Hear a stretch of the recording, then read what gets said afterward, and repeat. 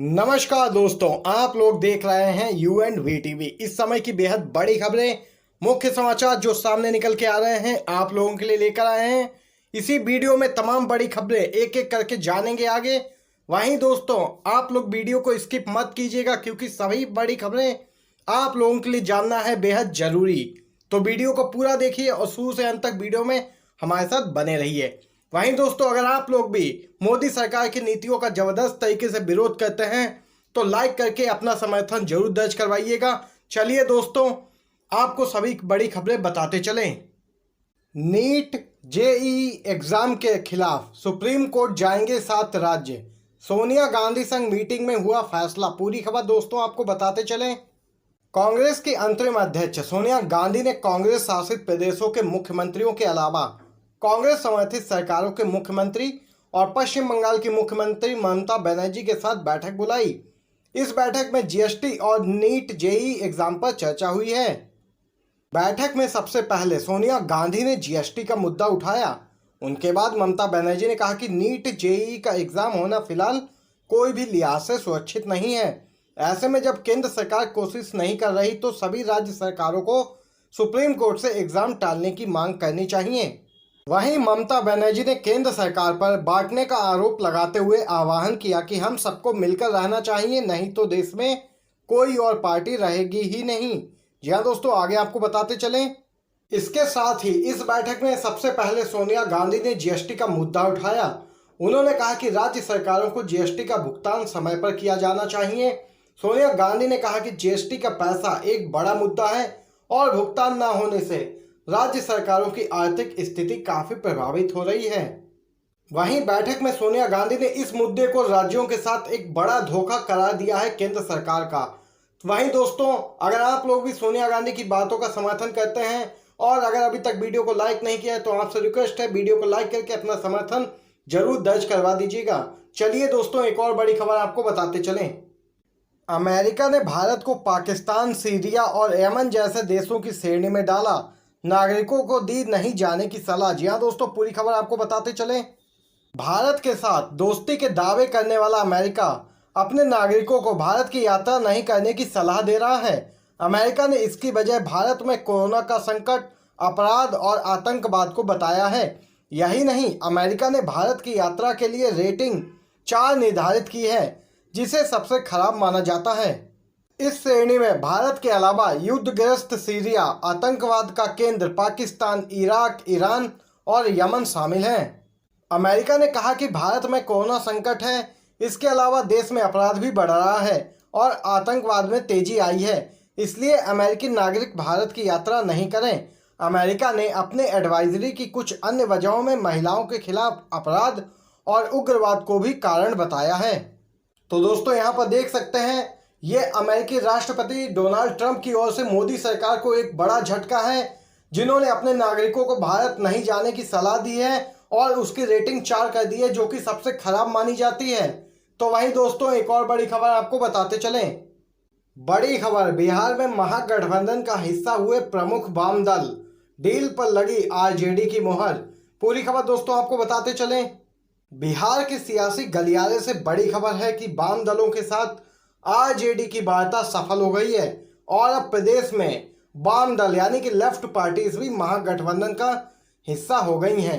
इनमें सीपीआई और सीपीआईएम शामिल हैं। वहीं दोस्तों, खबर ये भी सामने निकल के आ रही है कि सीट बंटवारे में वाम दलों से भी सीट शेयर की जाएगी। इस बीच सीपीआई नेता राम नरेश पांडे ने भी इस बात की पुष्टि कर दी है कि आरजेडी के साथ गठबंधन तय हो गया है। सीट को लेकर फिलहाल कोई परेशानी नहीं है क्योंकि एनडीए को हराना जरूरी है, इसलिए गठबंधन में शामिल होने का फैसला लिया गया है।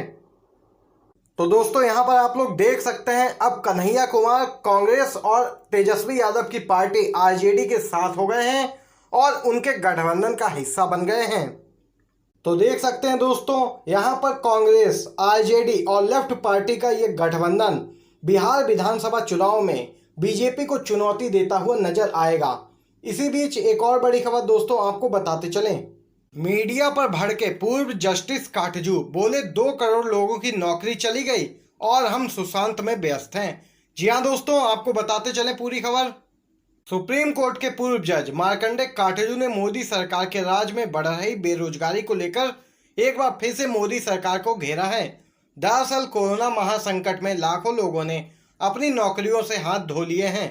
इस मामले में विपक्षी दलों द्वारा मोदी सरकार को लगातार घेरा जा रहा है, लेकिन इस वक्त मीडिया सिर्फ और सिर्फ एक ही मुद्दे पर चर्चा कर रही है, वो है सुशांत सिंह राजपूत की आत्महत्या के मामले में।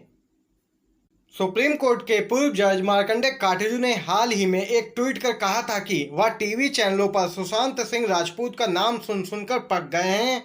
अब गरीबी और भुखमरी की समस्या नहीं बची है, सिर्फ सुशांत सिंह राजपूत की समस्या है। तो देख सकते हैं पूर्व जज मार्कंडे काटजू ने अपने हाल ही में किए गए एक ट्वीट में ये बातें कही थी। आगे आपको बताते चलें दोस्तों। वहीं अब एक बार फिर पूर्व जज काटजू ने देश में बढ़ रही बेरोजगारी पर ट्वीट किया है। उन्होंने कहा कि सुशांत सिंह राजपूत का मामला वास्तव में क्या इतना प्रासंगिक है। मार्च से लेकर अब तक 20 मिलियन भारतीय अपनी नौकरियों से हाथ धो चुके हैं, लेकिन इस बारे में कोई भी बात नहीं कर रहा है।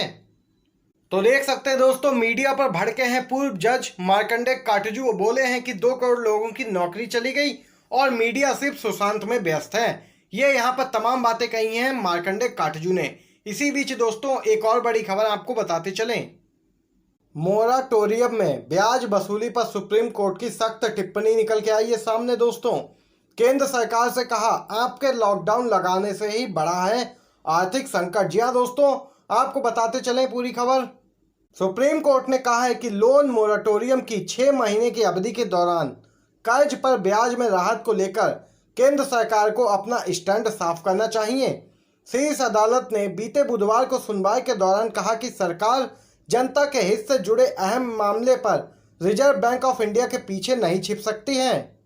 जस्टिस अशोक भूषण और एम.आर. शाह की बेंच ने कहा कि केंद्र सरकार के पास डिजास्टर मैनेजमेंट एक्ट के तहत कई शक्तियां हैं और उसे अपनी स्थिति स्पष्ट करनी चाहिए। सुप्रीम कोर्ट ने कहा कि केंद्र सरकार को सिर्फ कारोबार के बारे में ही नहीं सोचना चाहिए, बल्कि जनता के हित के बारे में भी ध्यान देना चाहिए। तो देख सकते हैं दोस्तों, सुप्रीम कोर्ट ने भी मान लिया है कि लॉकडाउन रहा है विफल और बहुत ही सख्त लॉकडाउन लागू किया गया था मोदी सरकार की तरफ से, जिसकी वजह से ये आर्थिक संकट उत्पन्न हुआ है। सुप्रीम कोर्ट ने मामले की सुनवाई 1 सितंबर तक के लिए स्थगित करते हुए केंद्र सरकार से कहा है कि उसे इस संबंध में अपना मत स्पष्ट करना चाहिए। इसी बीच दोस्तों एक और बड़ी खबर आपको बताते चलें। अर्थव्यवस्था पर बोले हैं कांग्रेस के पूर्व अध्यक्ष राहुल गांधी। जो महीने से कह रहा था वो अब रिजर्व बैंक ऑफ इंडिया ने भी लिया है मान। पूरी खबर दोस्तों आपको बताते चलें। अर्थव्यवस्था को लेकर कांग्रेस के पूर्व अध्यक्ष राहुल गांधी ने एक बार फिर केंद्र की मोदी सरकार को नसीहत दी है। राहुल गांधी ने कहा है कि जिस खतरे के बारे में मैं कई महीनों से आगाह कर रहा था उसे अब रिजर्व बैंक ऑफ इंडिया ने भी मान लिया है। राहुल गांधी ने ये बात एक ट्वीट के जरिए कही है। आपको बताते चले राहुल ने अपने इस ट्वीट के साथ एक अखबार की खबर भी शेयर की थी। इस खबर में आरबीआई की रिपोर्ट के बारे में लिखा गया था। आरबीआई की इस रिपोर्ट का हवाला देते हुए राहुल गांधी ने सरकार को एक बार फिर सुझाव दिए हैं। राहुल ने अपने ट्वीट में लिखा था कि सरकार को अब ज़्यादा खर्च करने की ज़रूरत है, कर्ज देने की ज़रूरत नहीं है। गरीब को पैसा दीजिए, उद्योगपतियों का टैक्स माफ मत कीजिए, खपत से अर्थव्यवस्था को फिर से चालू करवाइए। ये सुझाव देते हुए राहुल गांधी ने केंद्र सरकार को आईना दिखाने की कोशिश भी की है। राहुल ने कहा कि मीडिया के जरिए भटकाने से गरीबों की मदद नहीं होगी और न ही आर्थिक आपदा गायब होगी।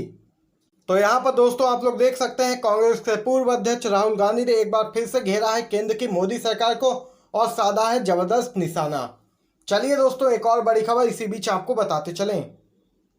कोविड-19 पर यूपी में चिंताजनक हालात। हाई कोर्ट बोला संक्रमण रोकने को उठाए गए कदम पर्याप्त नहीं हैं।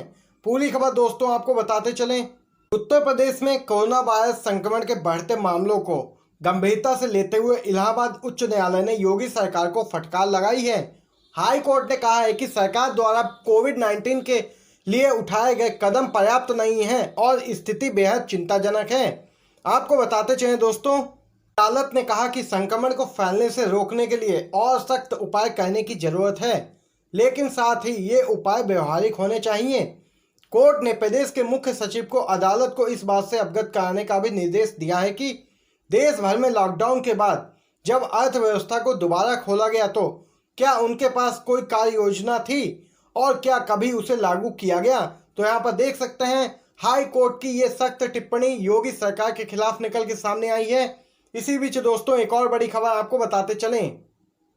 नीट और जेईई परीक्षाओं को टालने की मांग करते हुए एनएसयूआई ने शुरू की है भूख हड़ताल। जी हाँ दोस्तों, आपको बताते चले कांग्रेस संबंध छात्र संगठन एनएसयूआई ने नीट और जेईई परीक्षाओं को टालने तथा महामारी के दौरान विद्यार्थियों की 6 महीने की फीस माफ करने की मांग को लेकर अनिश्चितकालीन भूख हड़ताल शुरू की है। National student union of India के अध्यक्ष ने बताया कि यह केंद्र सरकार की घोर लापरवाही है जिसका खामियाजा लाखों छात्रों को भुगतना पड़ सकता है। वहीं उन्होंने कोविड-19 महामारी के दौरान विश्वविद्यालयों द्वारा परीक्षाएं नहीं आयोजित करने की भी मांग की है। आपको बताते चलें पिछले सप्ताह एनएसयूआई ने राष्ट्रीय योग्यता सह प्रवेश परीक्षा यानी कि नीट और जेईई को टालने की मांग करते हुए प्रधानमंत्री मोदी को एक पत्र भी लिखा था। तो यहाँ पर दोस्तों आप लोग देख सकते हैं कांग्रेस संबंध छात्र संगठन एनएसयूआई ने नीट और जेईई परीक्षाओं को टालने की मांग करते हुए शुरू की है भूख हड़ताल। आज के दोस्तों ये तमाम बेहद बड़ी खबरें सामने निकल के आई। वीडियो पसंद आया हो तो दोस्तों इस वीडियो को लाइक जरूर कीजिएगा और अगर अभी तक हमारे यूट्यूब चैनल को सब्सक्राइब नहीं किया है तो लाल कलर के बटन को दबाकर चैनल को सब्सक्राइब करके बेल के आइकन को भी जरूर दबाइएगा और ज़्यादा से ज़्यादा इस वीडियो को अपने सभी दोस्तों को व्हाट्सएप फेसबुक पे शेयर कीजिए। वीडियो देखने के लिए आप सभी का बहुत बहुत धन्यवाद दोस्तों।